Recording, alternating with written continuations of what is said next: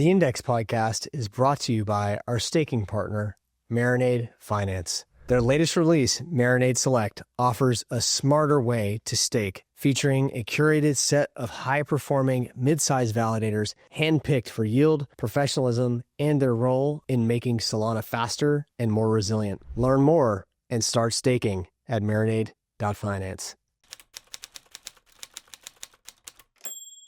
Hey everybody, welcome to The Index. I'm your host, Alex Kehaya, and today I'm excited to be joined by Maarten Henskens, head of the Astar Foundation, the team behind the Astar Network, driving Web3 adoption across Japan and beyond, and now expanding through Sonium and the Superchain ecosystem. There's kind of an interesting story here about how that expansion is playing out that we were touching on before the show. So excited to share that with you guys. But Maarten, thanks for being here today. Appreciate having you on the show. Great to be here. Thanks for the invite, Alex. All right. So I want to start where I start with all my guests, which is like, why are you here? What's the underlying motivation for you to build in crypto, generally speaking, and how did you get to being where you are today? Okay, so why I'm building Web3, I will explain it a little bit later when I go over, let's say, my journey. But basically, because I'm somebody that needs a challenge. And I think nowadays the challenge that you really that hits my spot, it's in Web3, basically. It's the challenge that I face every day is something that excites me. It's something that keeps me motivated. And it's only, for me, the only place where I can find the challenges that I want, it's in Web3 at the moment, or at least how I feel about it. So when I say like challenges, because I really like to get like challenges in my life, it's similar to my journey that I had, because I do have a degree in computer science. This is where I graduated. And then I went to field engineer in one of the biggest telecom companies in Belgium. I'm from Belgium, Europe. Then I switched to education. I was a teacher in primary school for 14 years. At the same time, I had multiple e-commerce setups that were required. I had my own bicycle store in my city. Then I had a side hobby as into wine, so I became a sommelier. Then I went working in restaurants. Then I even was still a little bit bored, and then I came back into computer science, and then I found Web3 again, and then the whole journey started. So I need challenges in my life. Otherwise, I get bored pretty easily. And I think in Web3, if you get bored one day, then I think you're in the wrong place in Web3, because nothing is boring here. So it really keeps me motivated and keeps me here as well. This is just my personal character, but then my personal mission, I think I want to make some kind of legacy. And I think blockchain itself and the technology behind it's something that can really shift the world moving forward. And I think we are in a phase where this acceleration is happening at the moment. So I'm very happy to be here to change the world of the internet, but also to keep my hunger on the right spot, or to keep my hunger satisfied. Let me say it like this.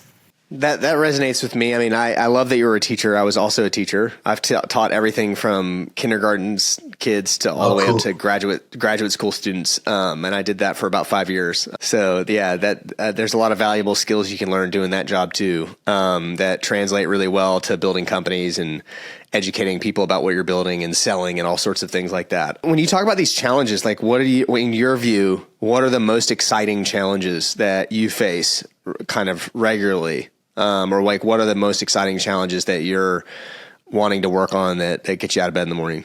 Well, I do like, first of all, I do like the technical aspect of this technology, where the challenges just lies here every day to just keep ensure that the protocol that you are running is running, let me say it like this, that there is no downtime available, or that the people who want to utilize your infrastructure is available to utilize this 24/7. That's one of the technical challenges.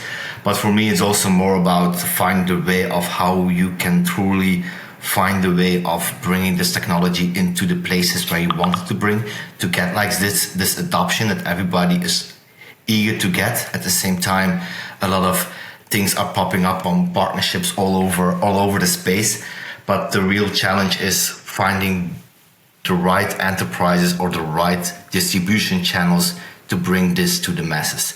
You do have this, and it's something that we, from Astar Foundation, or my job as well in Startail, we do have with SBI, we do have with Sony, And I think this is one of the challenges that we face of bringing this Web3 culture into a Web2 corporate way, or translate it into a Web2 corporate scheme. And this is a very hard challenge because it's a completely different culture and a different environment that you need to work in. Is there like a train going by or something right now? There's some noise in the background. I want to say, but as I said, I'm living in Belgium, in Europe, and you suddenly sometimes have like big rainfalls. Oh, really? That's what it is? Oh, funny. Okay, yeah, I picked it up. It's fine. It's very relaxing, actually. So, very interesting. You mentioned Sony, and like, how does that connect to Astar? Can you talk to me about that? What's the deal there? It sounds like you guys have some enterprise partnerships. Yeah, so I'm head of Astar Foundation. This is the network that I run. But Astar Foundation or Astar Network is also developed and maintained by Startil Group. I'm working actually for Startil Group, and Astar Foundation head is just my decentralized entity that I hold inside the Astar Network. But actually, the network itself is maintained by Startil Group. Startil Group is an entity based in Singapore with also offices in Tokyo and New York and Dubai. And we basically build out protocols. We develop protocols, we give like advisory and so on. And Startil Group is founded as well from out Japan. And this is where the founder, Soto Watanabe, has like a massive connections inside the government, inside what everything happening in Japan. And this is where Web3 a couple of years ago was part of their national strategy to bootstrap the economy of Japan again. And this is where we find a lot of enterprises very interested and very keen to adopt this technology because they saw that the government itself showcased a lot of interest in this technology. So this is where we started talking with Sony, and Sony was very curious about how can this technology benefit us. And this is where we worked together, built out a joint venture, created Sonium. And this is a project that is built by Sony and us to bring like Sony entertainment on chain. And this is like already live as an L2. And how is Astar connected to this? Astar is one of the bootstrapping assets in that ecosystem in the early days to bridge the connection of Web3 community to go flow into this Sonium L2. That is currently run by OP. Super interesting. I actually read about that when there was a bunch of PR about it, but I don't know anything about like how it works. Can you talk to me more about Sonium and like how they're bringing their digital assets on chain? Well, first of all, you have to a little bit understand like how Sony how Sony Group is built. So Sony Group has different kind of subsidiaries. Every subsidiary has like its own culture, its own strategy as well. And then the one thing that we found out is as well that a lot of those subsidiaries are using different kind of protocols. Some are doing something with Polygon, some did something with somewhere else, some Ethereum and so on. But the real thing that they want to find is something that can be trusted by everybody inside Sony. And this is where Sonium was like one of the ideas, initial phase, where they want to build something in-house inside Sony that can bring the trust of blockchain or Web3 in this big corporate. And this is where SBSL, Sony Block Solution Labs, was founded. And they currently are building a general purpose blockchain at the moment, where everybody can build, and building it slowly more integrated into the Sony Group, where ideas, projects can be launched inside those areas, subsidiaries, where they will utilize Sony as one of the place to start their exploration into Web3. Super interesting. And what about Astar Network? You said it's its own L1, but you're like coming into the Superchain ecosystem, which is optimism. Can you talk about like the genesis of that and how like Astar works as an L1, and then like what the transition's looking like into the OP ecosystem? Yes, so Astar Network is like part of the DNA of Startil Group because everything started from this protocol, and this protocol was built and raised from Japan as well. Astar was part of the initial protocols launching from outside the Polkadot ecosystem. So we were one of the third one that launched it there, and we started working with the Polkadot ecosystem very closely and became one of the leading protocols inside that ecosystem. But there has been an issue when it comes to like user growth and adoption. What we found out, like the technology itself will not make you survive in this brutal industry that we have with all those L1s, all those L2s, and so on. So this is where we found out that what we are facing is like user growth. We are missing this, and we found that we had reached the ceiling in that ecosystem.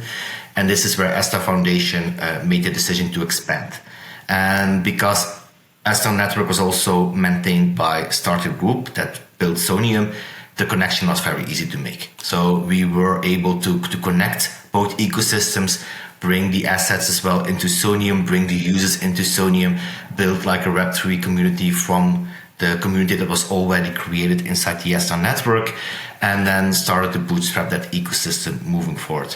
And this is where Astar Foundation became part, or Astar Network became more decentralized, more councils were created, more entities, partnerships were created who took control of the network, and Astar Foundation focused on the assets, where bringing it to other ecosystems.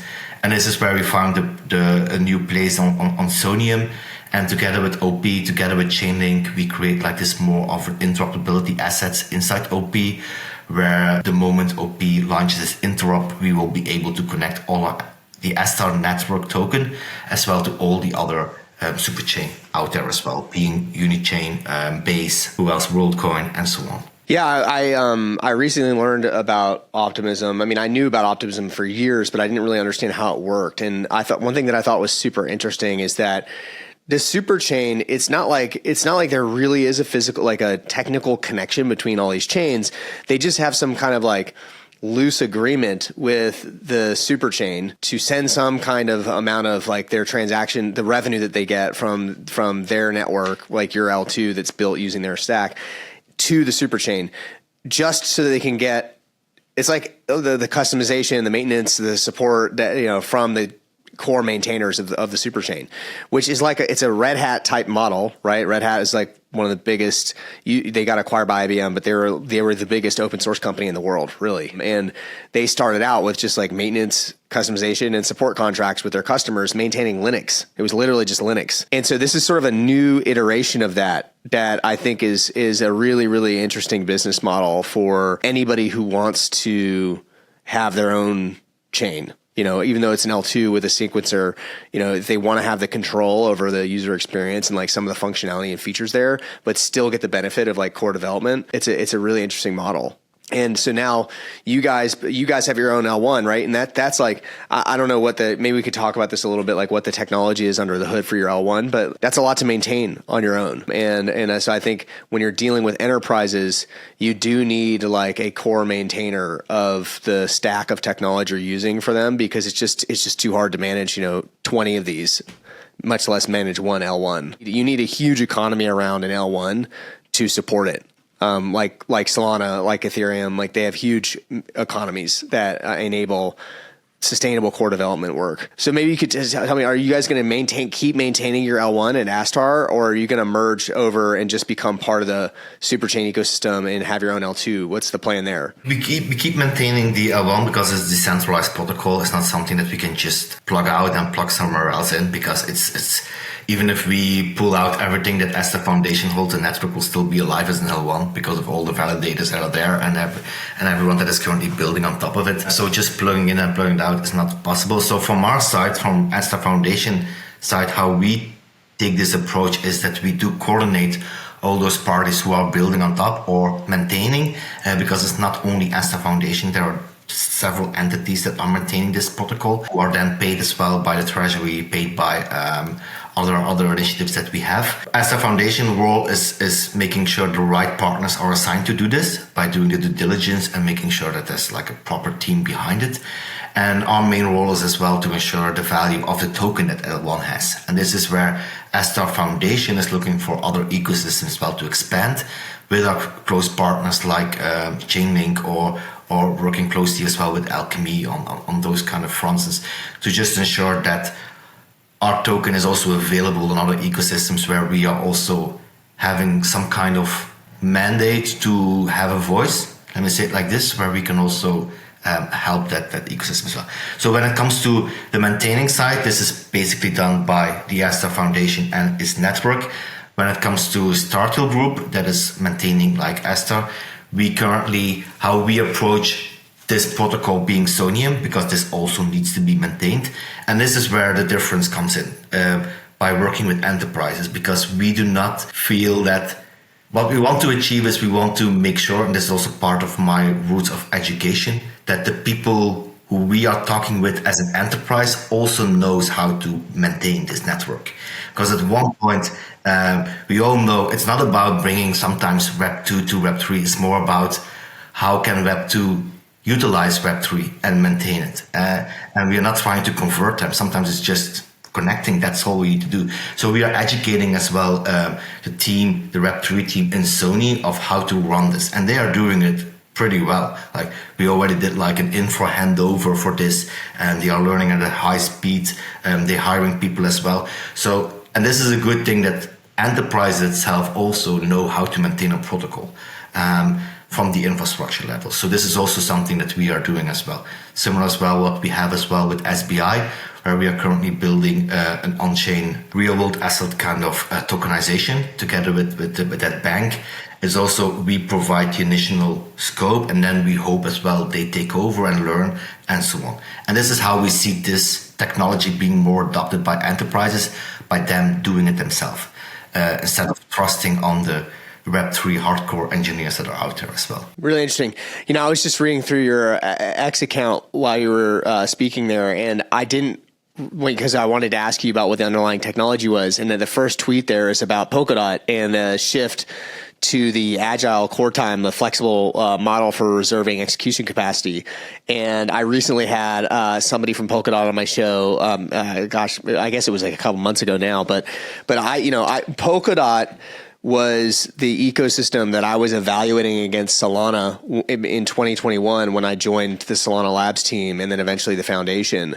And one of the core reasons I didn't go to Polkadot was because of the auction process and the need to like accumulate all this DOT to secure a parachain. It just was too much friction, I thought. And Solana didn't have that. You could just ship, you could just build something. I love the team. And there were so many talented people building on Polkadot back in that time frame. Like I talked to dozens of teams, and they were really, really impressive.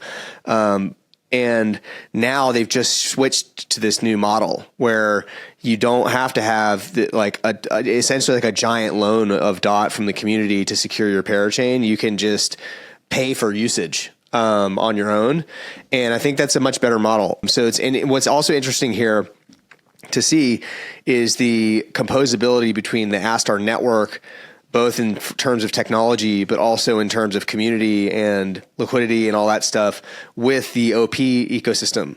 Because now you're using two different kinds of technologies that were meant for like sovereign chains working together. That's actually quite cool. I'm just making a statement. There's no comment. There's no question. No, it's pretty good. And I do believe as well, it took more than a long time for Polkadot to find the way of, let's bring more utility to the token. And with this auction, or this was crowd loan or this parent chains where you can need to grab some attention from community, there's not like real utility. It's just locked there and it doesn't do anything. So now with this pay as you go as an L1, I think that's you need to have to pay the DOT for what you are using, and it makes more sense, more utility around that token as well. So happy to see this. So hopefully there will be more users or builders coming to that ecosystem as well. Well, it certainly lowers the barrier to entry, right? Yeah. And I think that was the big problem. You know, you really had to get a lot of backing from the community, and then you also needed a ton of financial support from like venture capitalists in order to launch a parachain. And you know, that's just not the case. I mean, Optimism is a good example where that's also not the case, right? Like you don't have to work with the OP Superchain, right? You can just do it on your own. If you want their support, then yeah, you need to send them money, which is fine. Totally fine. It's a great open source software business model. So going back to Astar Network though, like what is the thing that you're most excited about in the near term for the network? What are some of the core like opportunities for growth? Walk me through what your thoughts are for that. Well, it's always very, very difficult to grow the protocol itself. We have one huge leverage, and that's Japan itself. So this is where we see this more as a home base, where we do have the partnerships, the connections, and we can really be one of the frontiers on that area. And this is something that we will continue doing. As you know, Japan is very well recognized as well for the IP it has, like all the manga and anime. This is something where we will also be very working closely with all those IP distributors to tokenize certain areas as well and bringing them on chain. At the same time, we go further as well with the decentralization when it comes to like changing our tokenomics again. Not again, we do like what the good thing about the L1 on Polkadot is that it's built to be future-proof. What does this mean? You do not need to worry about the hard fork or whatever. You can just upload a new runtime. It will be taken over by the validators, and you have a new kind of mechanism behind it. And this gives us flexibility where we can also adjust our tokenomic design. So we are currently already did like the first one when we launched. And then later we found out, this is maybe not scalable enough. It's too much inflation whatsoever. Then we switched to a new kind of model. And now we are going even to a tokenomics 3.0, where we even will have a hard cap as well on the inflation, where we will make it more deflationary based on what we are creating. And this is the good thing about this L1, because you can adjust this. And with the governance behind, we can get like the community thinking with us together. And this is a very powerful system, and those kind of things really excites me, because it will make this L1 that we have sustainable as well for the long term, without need to go with additional funding or need to go with extra money from VCs. You can easily create like an ecosystem that is self-sustainable, and this is something that we have been achieved for more than a year, to make like an ecosystem self-sustainable and still be able to further scale and further grow the ecosystem. I think that's something very powerful as well. I am curious to learn more about the Japan angle, like, because I'm aware that it's a really great market, especially for enterprise, but also for retail as well. What's your advice to teams that might be listening to this show for like how to break into that market? Like I get a lot of high quality projects that come on the show, and I'm sure that they would really benefit from access to Japan. Is that something that you guys help with other projects that are like aligned, or, you know, what advice would you generally give? Yeah, we do it. We do help projects to come into Japan. It's not easy. It's not an easy market to jump into. We are also one of the advisories as well when it comes to like Circle going into Japan. So we supported them as well to bring the connections, who to talk with, who are the best people to go to come like a regulated asset moving forward. So we do help people as well to go into the Japanese market. But it's not an easy market, meaning that it's a very traditional market. Market is like they still hold on to their values and traditions that they have in also on the online world. So this humbleness and also being able to speak in a certain style in their language is also something that needs to be done. So it's not just coming into the market and launch your application. You really need to spend time in the community, as well in the Japanese language, and start to build out this Japanese community. The moment you have that, you're solid. They will not go. The moment they commit and say, we really like you and what you are doing, they will be with you for the whole road.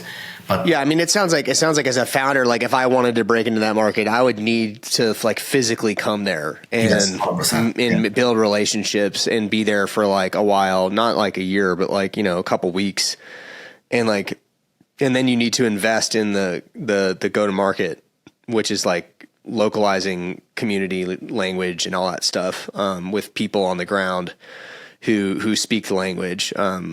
You know, that sounds like that's kind of what you're saying. Yeah, correct. Very cool. So we're getting towards the top of the show, and I always ask this question, but what have I not asked you that I should have asked, or that you wanted to talk about? Oh, that's a hard one. Maybe more about where do I personally see myself? Yeah. In the next couple of years. So this is something that, like I said in the beginning, I need my challenges. So I still have my challenge as well, still in Web3. And my main goal is to get like this massive win for the real users out there. But with this technology, I'm always thinking like, what can be that massive win because I'm a tech fanatic. I like the technology. How can you be proud at one point of this technology now really hits the masses? And for me, it's like, what kind of thing? I like playing games as well. So the moment I will be able to connect something on my PlayStation and knowing that something that I created as reputation is going on in several games by using this decentralized or on-chain part, I think for me that will be like a win as tech fanatic of this technology. And I hope that in a couple of years, how I now see this adoption coming from those enterprises moving forward, I truly see at one point now as well with Robinhood a couple of time ago, and then now with Stripe and Google announcing all those kind of things. I really hope that someday we are using the next internet, and the next internet is using the blockchain on the back end. And I think for me that will be like a challenge, and I really hope that I will be part of this mission to achieve. Yeah, I think I agree. I have very similar thoughts, and that's why I like to work on building open source software, because you just don't know if you build useful open source software, you just don't know how far it will take you. And as long as it's useful, people using it, then it will outlast you. And that legacy, you started with legacy, right? Like that's the same thing that I'm going for too. And I believe open source software is the greatest professional legacy that we can leave to the world. And my role in that is different than yours. I don't write software. I'm not a software engineer. I don't have a computer science degree, but my role is more being a visionary and like finding the right people and getting them to build the software and then helping them bring it to market. And we didn't talk about this earlier, but my business partner is this guy, Brian Fox. People have heard about him many times on the show. He's a great mentor of mine and friend. And he wrote the Bash shell back in the day and co-authored the GPL licenses. And Bash literally runs on billions of devices around the world and runs on Mars. It's like powers the quadcopter on Mars because it was a small enough package that they could send updates for it, via satellite or whatever, all the way to the quadcopter. And I look at that legacy and the legacy that was created back in the 80s and early 90s by like just a few dozen people working out of CMU, MIT, and Stanford on useful open source software that was just for each other. They were just hacking on things that were for each other, and the internet was barely a thing. Like they were the few people with email. There were like a few dozen people with email. And out of that came Linux, and out of that came the GPL licenses and the whole open source movement. And today, Linux has created like trillions of dollars in value. The thing that's really different now than then is that with blockchain technology and with tokens, you can monetize and create economies around open source software that it wasn't possible before. And so there's a lot better way, I think, for the developers and the creators of these technologies to capture some of the value and to create sustainable ecosystems around them. So yeah, I think you and I are very aligned on that, and I really appreciate having you on the show and hope to have you back again sometime soon. Thanks. It's really great being on the show, Alex, and I think you just did like a great outro speech. So yeah, it was beautiful. Awesome.